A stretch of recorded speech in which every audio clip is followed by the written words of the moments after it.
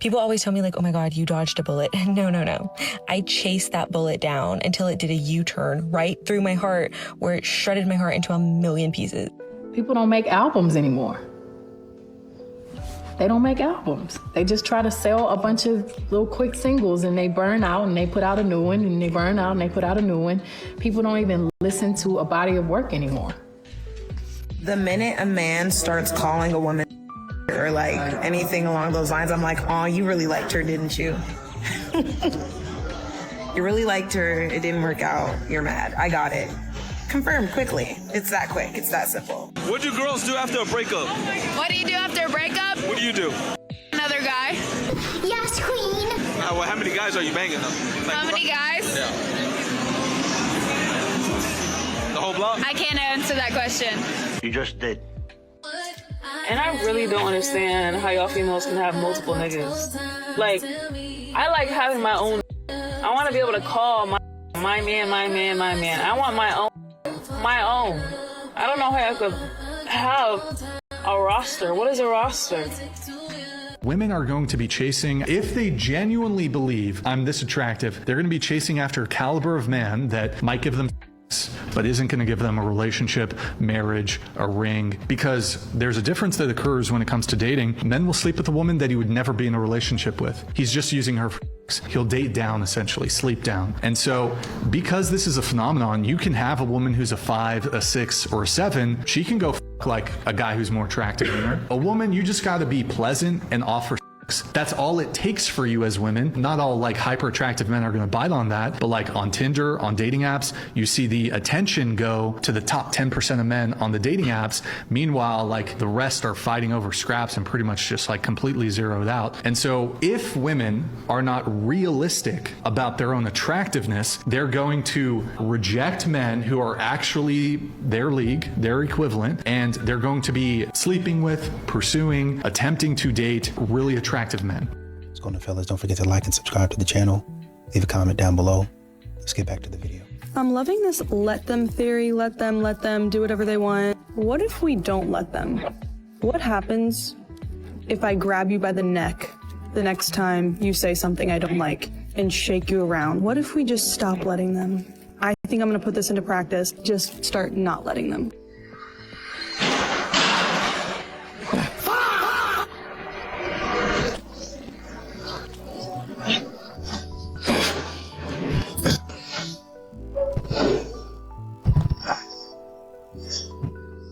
Nigga, what the fuck?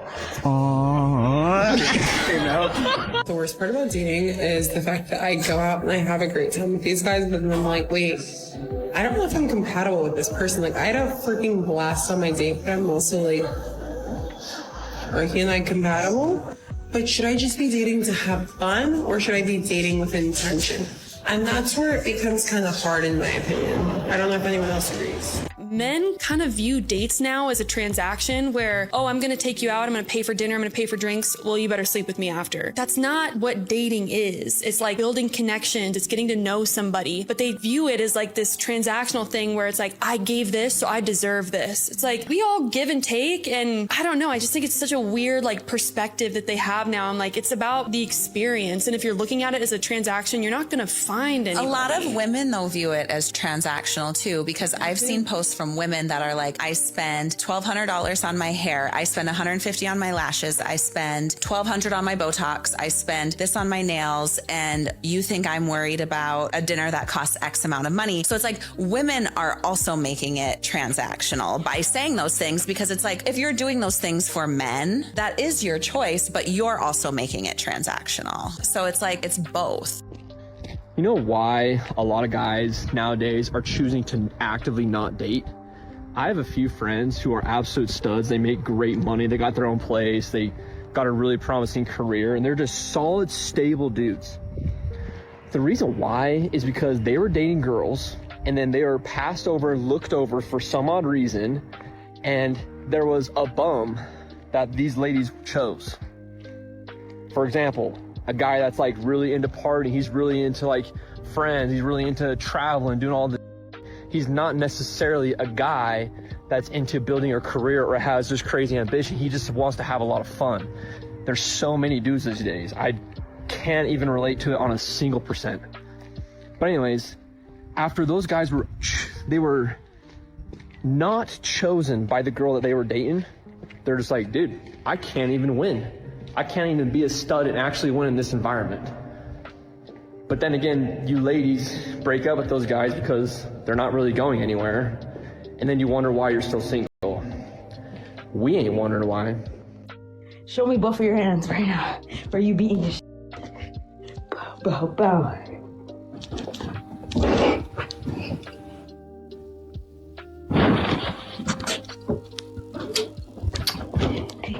How much more proof do y'all need, folks? How much more proof? I'm white. Wait, I'm white. I'm a white Muslim. How much more proof do you need? I'm Muslim. I'm garbed up. Hey guys, I'm a black Muslim. How much more proof do y'all need? How much more proof? You're a narcissist. I'm not proving your point. I'm taking my booty. That's all you know how to do? Yeah, and drink hot water. Hey. If you post me, tag me, please. Ooh. Hey, wait, it's moving. Oh,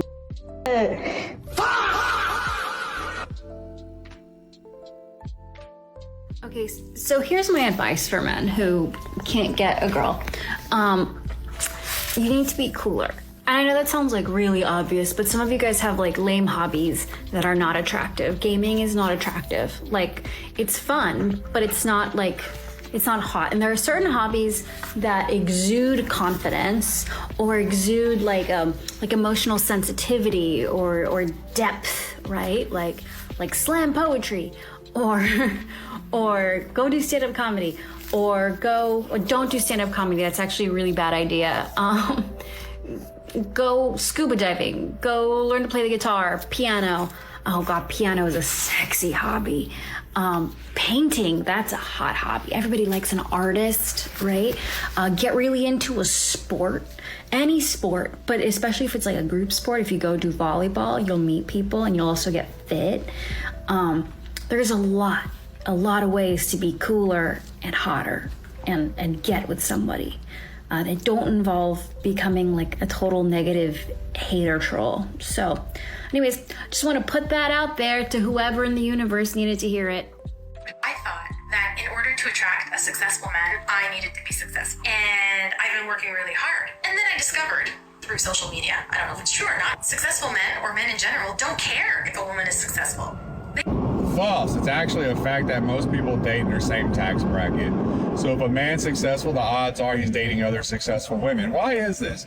Well, that's because proximity is the number one thing. Proximity, right? That's what matters. Most successful people are going to hang around other successful people in places that successful people can get into, that can afford to get into. Don't get me wrong, there's always going to be exceptions to the rules, right? There's always going to be those women who can pull a successful man while they're not actually successful. Sure, but that's not the norm, right? And that's what we're trying to talk about, right? You want to talk about real life versus the internet. On the internet, that's it. You have internet talking points and then you have real life conversations. In real life conversations, most people date people in their same tax bracket. Now, if you're if you're like around other successful people who are your equivalent and none of them want you, I would say look in the mirror at your personality. All right, more you know. Why are we acting like being approached is some kind of crime now?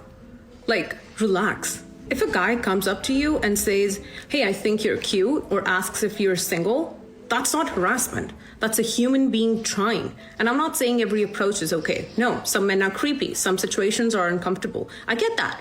But let's be honest for a second. Some of you are turning the most normal interaction into, oh my God, he approached me. I was just sitting there. Okay.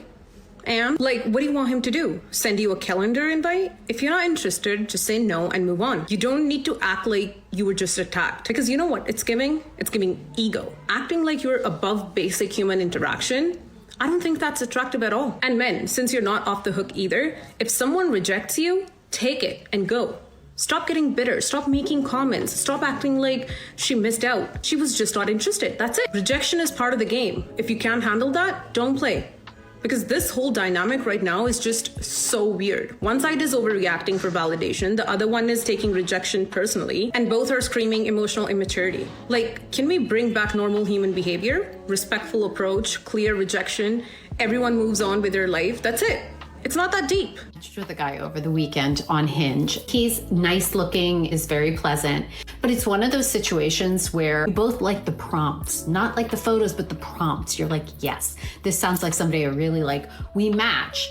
And then all of a sudden, the conversation never builds. We've exchanged a couple of pleasantries a couple of times, and you know nothing about the person. And so I just stopped responding. Over the course of the week, he has checked in every single day and left me a message like, hey, do you want to exchange numbers? What did you do today? You're me here. Like, he's being really funny about it. And finally, I responded last night. Here's my number. I'm tired. I'm going to bed tonight. It's for tomorrow. First thing this morning, I'm sitting having a cup of coffee at like 6:30 and he texts me, good morning. And I'm like, let's see if this goes anywhere. I say to him, I don't even know what you do for a living. Like, what are you getting ready for in the morning? And he says, oh, I'm a mental health therapist. And I said, oh no, what is Hinge trying to tell me about myself? I'm laughing.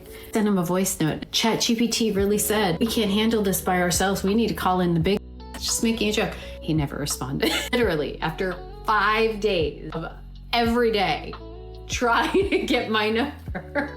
Anyway, that's what dating's like. Oh, and before you decide to fix your ears to listen to and believe the horrible things a man is telling you about the woman that left him, remember, good men are hard to come by. What woman you know is hot? You know how many I seen leave good for bum just because they lit? You know how many women I seen leave good because they work too much to go that don't job? You know how many I've seen go with that's just cute or look better than their boyfriend or husband or what the ever. That be saying there, y'all be trying to justify y'all being piss poor ass partners. That shit get ridiculous. Oh, you don't know a man before you fix your ears and listen. This out here that's terrible to good and ruin good. What you talking about? Why you turning villains and dogs because like this? I'm trying to tell you. Stop listening to singles. Stop listening to unattractive and stop listening to too pretty because them live on a different level playing field because they ignorant as fuck sometimes. So yes, it's plenty that leave good for that's lesser. Simple as that.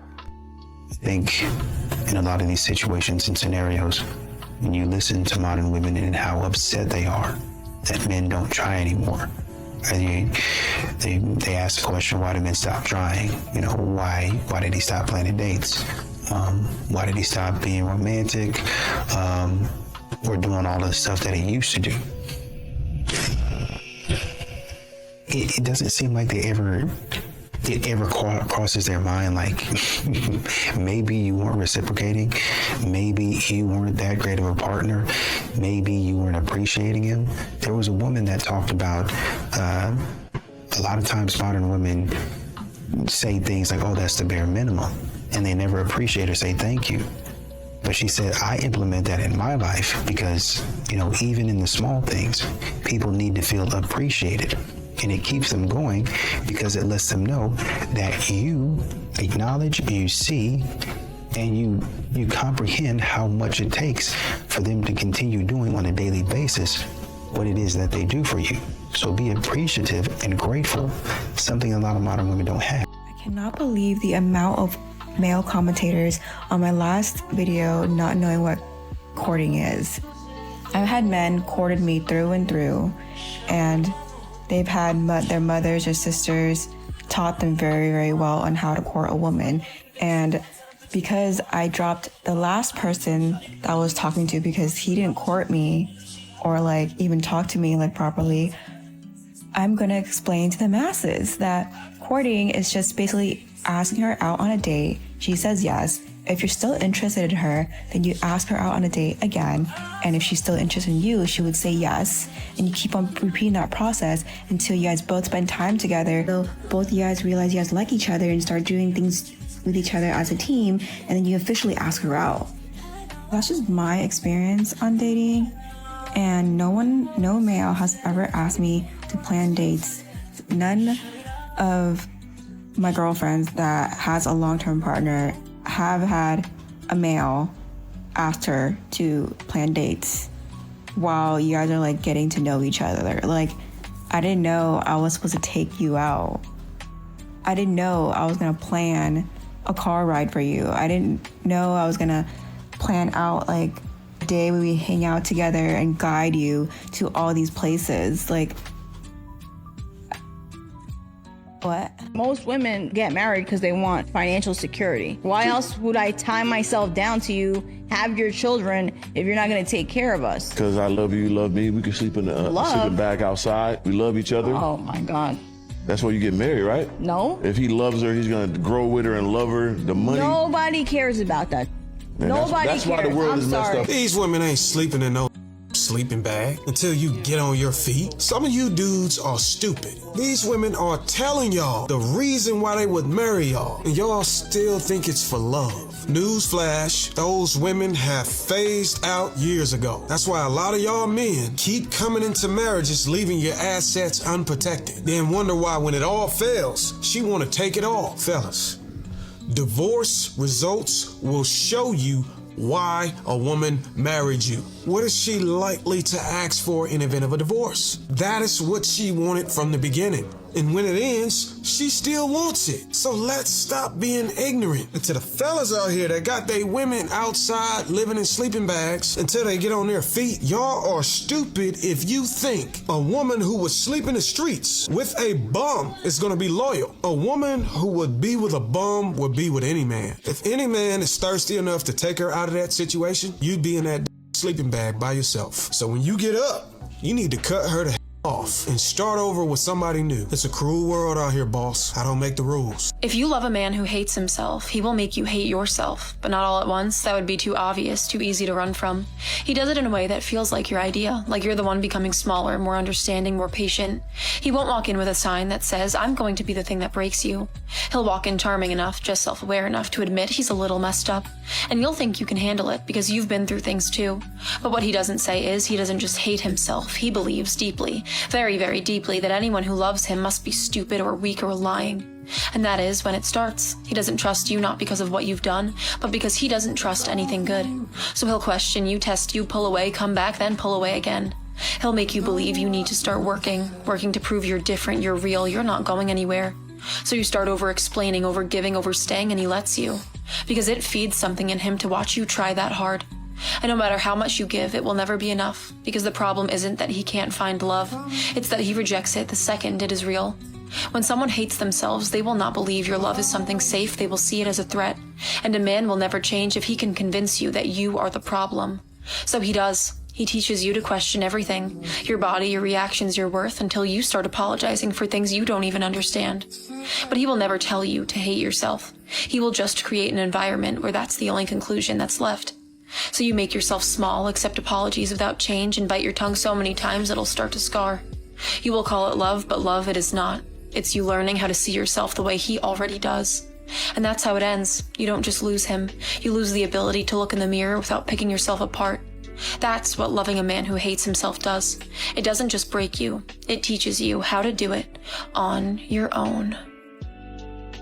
So I won't speak for all, but I'll speak for many. A man's family is not your family. As a divorce lawyer, I watch women learn this the hard way. They walk into a marriage believing they're gaining a second home, a second mom, a second set of people who will love them the way they love their son. But loyalty doesn't automatically transfer through a wedding ring. His family might smile at you, hug you, toast to you, even post you on social media. But when things get hard, most families default to protecting their own blood. You become the outsider again. The same people who called you daughter father will call you the problem if it keeps the peace for him. I've seen it over and over. A woman thinks she's finally part of the clan. She cooks at holidays, she babysits nieces and nephews, she shows up for birthdays, graduations, emergencies. But when cracks appear in the marriage, that love gets real conditional real fast. So suddenly everything is your fault. Suddenly he never did anything wrong. Suddenly you're the villain in a story they were never willing to see clearly. Women blame themselves for not being liked enough, for not being easy enough, agreeable enough, polite enough. But the truth is simple. You were never competing fairly. I tell clients all the time that marriage is between two people, but divorce reveals the whole village. And that village will usually circle the wagons around him, even when he's the one who caused the damage. They won't ask what you went through. They won't ask what he did. They won't ask why you're breaking. They'll just ask how fast they can help him rebuild without you. And that is why you must walk into marriage with your eyes wide open. His family is not your emotional safety net. They are not your protection plan. They are not the people who will save you when things fall apart. Your real family is the one you build with your own boundaries, your own support system, your own people who show up for you even when it's inconvenient. So yes, love his family, be kind to his family, but never forget that their loyalty is inherited, not earned.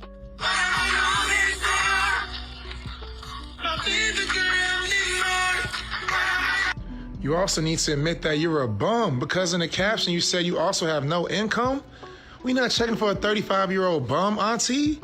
You're not even worthy of being on clearance. At this point, we should just pick you up in the trash out the back. Come on, are we serious? Men cannot come online and just brag about being bums. On top of that, she's mentioned in the caption she had men that already offered her everything. A 3-bedroom house. They were ready to have kids, but she turned it down because she thought she was deserving of more. You're Dennis Schroeder. You had an $84 million deal on the table from the Lakers, but you said no. So guess what? You got to sign for 5 M's now at Boston. Clearance, you're done. We don't even want you because you don't got no money, no income. At least you're going to be old, at least be old with some money. You can't be old and you're broke, poor. You're done, auntie, you're done. Stick a fork in it, you're done. You're done, you're done. Pack it up, pack it up. You really need to have an intervention at the house, man, because your time is up. And gentlemen, if you're struggling with your dating life, you want to align with the high-value women. You have women that are just draining you. They're 35-year-old bums. You want women that you're actually attracted to, that can actually elevate your current position. Then DM me up. I'll fly to you in person. I'll fix your approach, your presentation, and also your close rate so that you can have the dating life that you deserve. The hardest marriages for women to leave are often when they are married to husbands who are good guy presenting. And I want to explain this to you because these husbands, they don't yell, right? They don't cheat. They don't disappear. They show up when they're supposed to. They will help if you tell them exactly what to do, when to do it, how to do it every single time, right? They're not necessarily they're not really chaotic. They're not necessarily scary and having, huge outbursts. They're literally just there. And I think for so many women, this is what makes it so hard to name and so hard to leave, because nothing is technically wrong, right? But nothing is deeply right either. Like, he doesn't proactively make your life easier. He doesn't anticipate your needs. He doesn't carry the mental labor with you. He just sits there waiting for instructions, like a puppy dog waiting for a command, right? And when you're exhausted and you're resentful and you're already drowning, this will make you feel like you're crazy, because you have friends whose husbands are way worse than that. You've seen the horror stories, you've seen the TikToks, you know that worse guys out there exist, and your husband isn't necessarily like that. He's a good guy, right? But good guy presenting isn't the same as being an engaged and invested and a participative partner. Bare minimum behavior wrapped in politeness is still bare minimum, and what makes it so draining is that you can't point to one big thing. It's not like one big thing happened in your marriage. It's literally by 1,000 paper cuts. It's that you're not considered without asking. You're never relieved from your duties without delegating to him first. You're never being prioritized without being prompted or reminded. And then you start wondering if you're crazy. You start wondering if you're asking for too much, wondering if you're just too hard to please, if you'll never be happy. But you're not asking for too much. You're not too hard to please. You are literally asking for partnership, but you're getting this passive participation and you're being expected to tolerate it because it could always be worse. we don't want OnlyFans, but this is not the way. Sophie, if the number of women doing OnlyFans tripled in Florida tomorrow, would that be a good or a bad thing? I think honestly, it would be a great thing. A lot of women are trying to find different ways to make more income in a, heavily damaged economy. So I think that there should be those opportunities out there for these women to make an income. When you say that tripling the number of OnlyFans creators is a good thing, that speaks to the damage of the economy. Women still should be able to make that decision for themselves at the end of the day. And they shouldn't have to worry about it. I'm raising a tax to disincentivize and deter it. I'm not banning it. What does this say about America in our current economy, Carmen, if we're at a place where women feel like they have to themselves on the internet in order to survive, to make a living for themselves? Sorry, guys, I'm siding with the hoes on this one. I'm siding with the hoes. I don't think that taxes is the solution. Why don't we just solve the problem instead of taxing people? If you want to go hard on the issue instead of trying to say, well, we're just going to tax the American people more. Like, why are we not going after the people who are doing, why are we not taxing the OnlyFans site? I hear what you guys are saying, but at the same time, we have to realize, like, she makes more money than LeBron James. That's like the whole point. That's why it's called the sin tax, because if you want to sell your body online, you want to be an online, like, we're going to make that as hard as possible. Now these girls are going to start changing their minds. I feel like that is not going to deter women. Like, these whores are going to themselves, whether it's on the internet or whether it's in real life. Essentially what the government has said is, we'll be your pimp, okay? You got to give me half. But you can do it. We're gonna pimp you out. That's what they're doing. Me personally, and I've said this with my son, broken women are unlovable. You cannot drink from a broken cup. You cannot eat from a broken plate. You cannot love a broken woman. If she's been conditioned by ego, trauma, social media, casual culture, attention addiction, and bitterness, then tenderness looks weak to her. I can assure you. Respect looks fake. Warmth looks performative. Devotion looks corny. Why? Because she does not know how to live inside those things. That is a stranger to her. She only knows how to comment on them from the outside. And that is where this video hits hard. A woman may be attractive enough to attract a man and still be so internally disordered that healthy affection irritates her. That, my friend, is not wife material. That is unresolved damage, woman, with lipstick. Some women do not hate bad men. They hate good relationships because good relationships exposes what they do not know how to build. Let that marinate. Now I'll go one step harder. This woman also talks about women making slick little comments on the videos of married men. Can your wife fight? Tell your husband I said, hey, can I borrow him? All of that fake joking, fake playful, boundaryless nonsense. People laugh it off. I don't. I really don't. Here's why. Because that behavior reveals something ugly, my friends. It shows a woman can see a man inside a structure, marriage, loyalty, family, commitment, and instead of respecting that structure, her first instinct is still appetite, still competition, still intrusion, still ego. I was just at the gym and I see a very handsome guy, dark hair, mustache, hat, and I stare at him and smile. And he smiles back. I'm like, okay. And we lock eyes the whole time at the gym, the entire time at the gym. We're locking eyes. Yeah, he never approaches her. That's the whole theme of the video. He never comes up to her. And what's so crazy is at the end of the video, she says this. Walking right behind me, and he just passes me.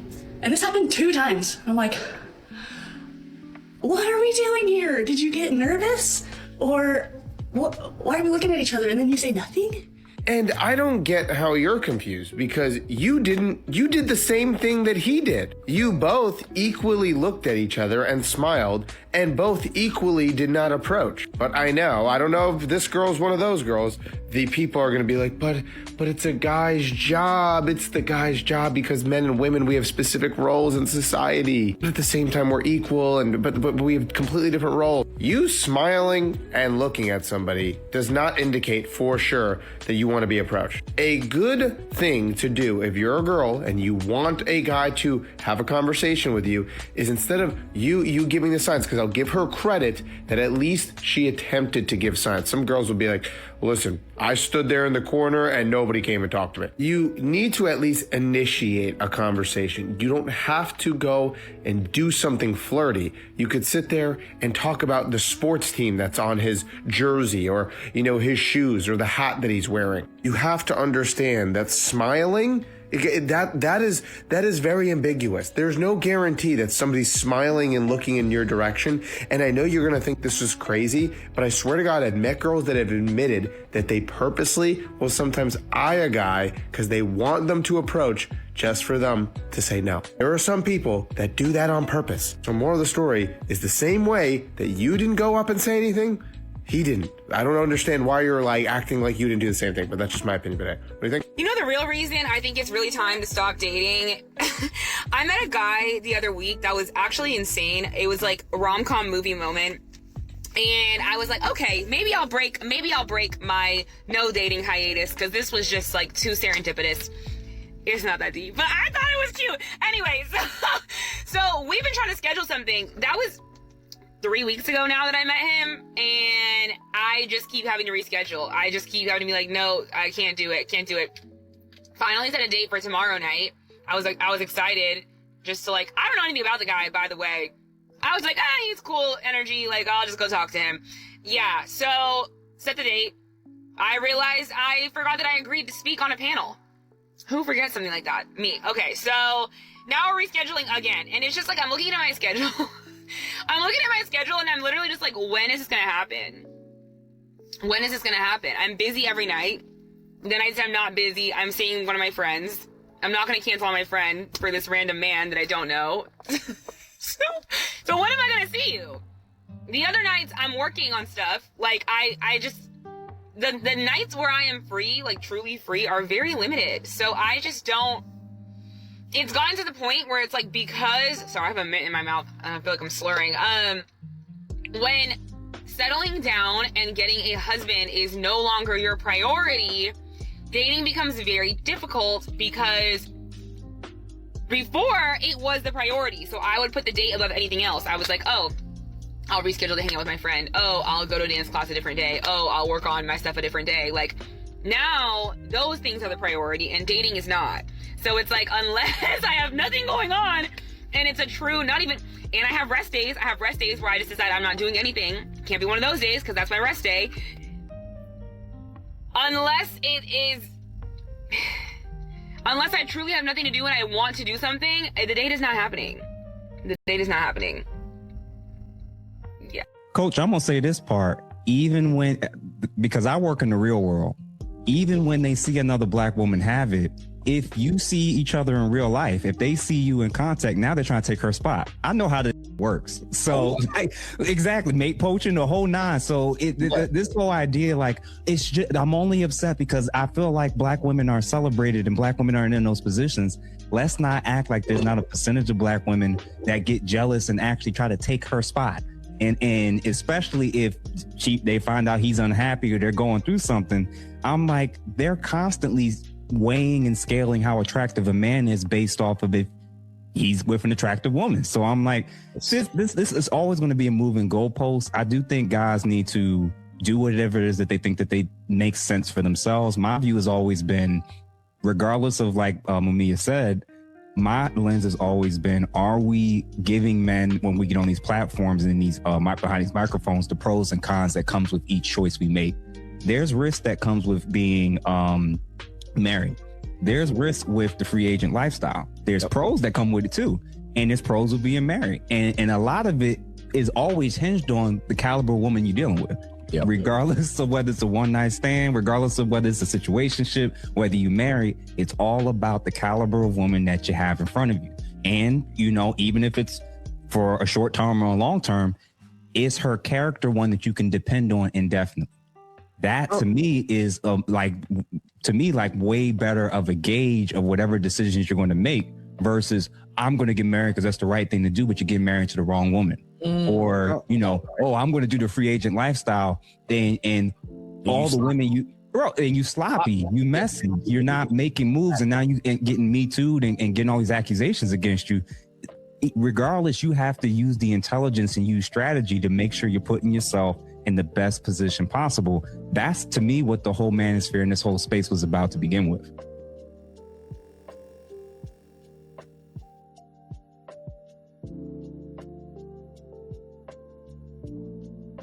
So I was reading a comment that I thought was pretty good.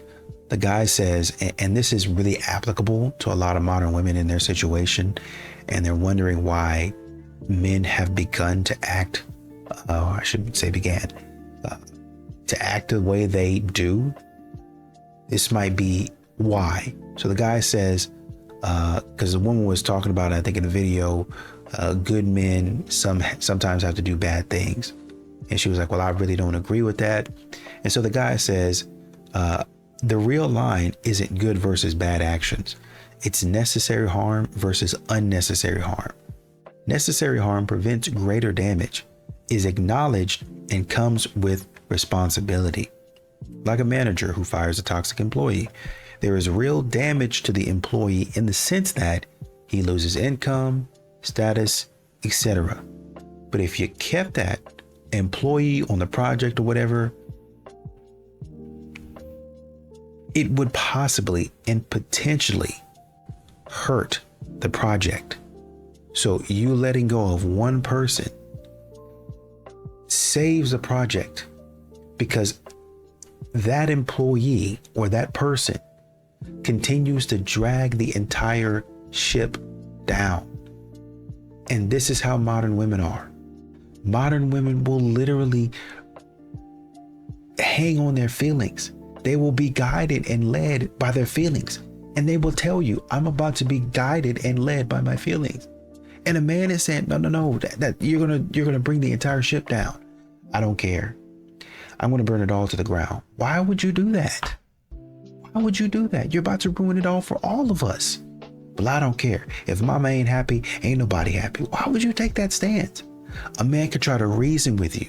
A man could try to beg and plead, which a lot of men do. I'm begging, I'm pleading, I'm trying to get you to do the right thing. Modern women don't want to hear it. They don't want to do it. If I'm not happy, if I'm not getting exactly what I want, a bunch of Karens is what they are. If I'm not getting exactly what I want, we can burn it all down. You get 90% of what you want. Yeah, but that 10% is pretty important. Then how do I even get to 90% if the 10% is the majority? How do we even get there? What is the 90% made up of? Like little small stuff that don't matter? You realize that this 90% is bleeding men dry. The 90% includes taking me on trips, expensive vacation, expensive restaurants, expensive clothing, shopping sprees, paying for lunch, hair, nails, doing a whole bunch. Hey, pay for my friends. They're here as well. That's you loading up to the 90%. And then, oh, you did all of that great stuff. It's 90% of what I want, but you're not hot. You don't look good to me. I do look good. Your friends told me they like the way that I look. Actually, your best friend. Yeah, but I've seen some better looking guys. Where are they? Nowhere. They're not in your face. So I'm good looking. Your friends like me. And then I'm able to provide. I'm able to pay for the stuff that you would like. And not everything, but I can do pretty decent. I would like you to come the rest of the way. They'll blow the whole thing up. They'll blow the whole thing up and wonder why men are not interested. They'll blow the whole thing up and wonder why a man says, okay, I don't want to do it, but this is a necessary evil. This is a necessary thing that I have to do to pull this toxicity from my life. Period.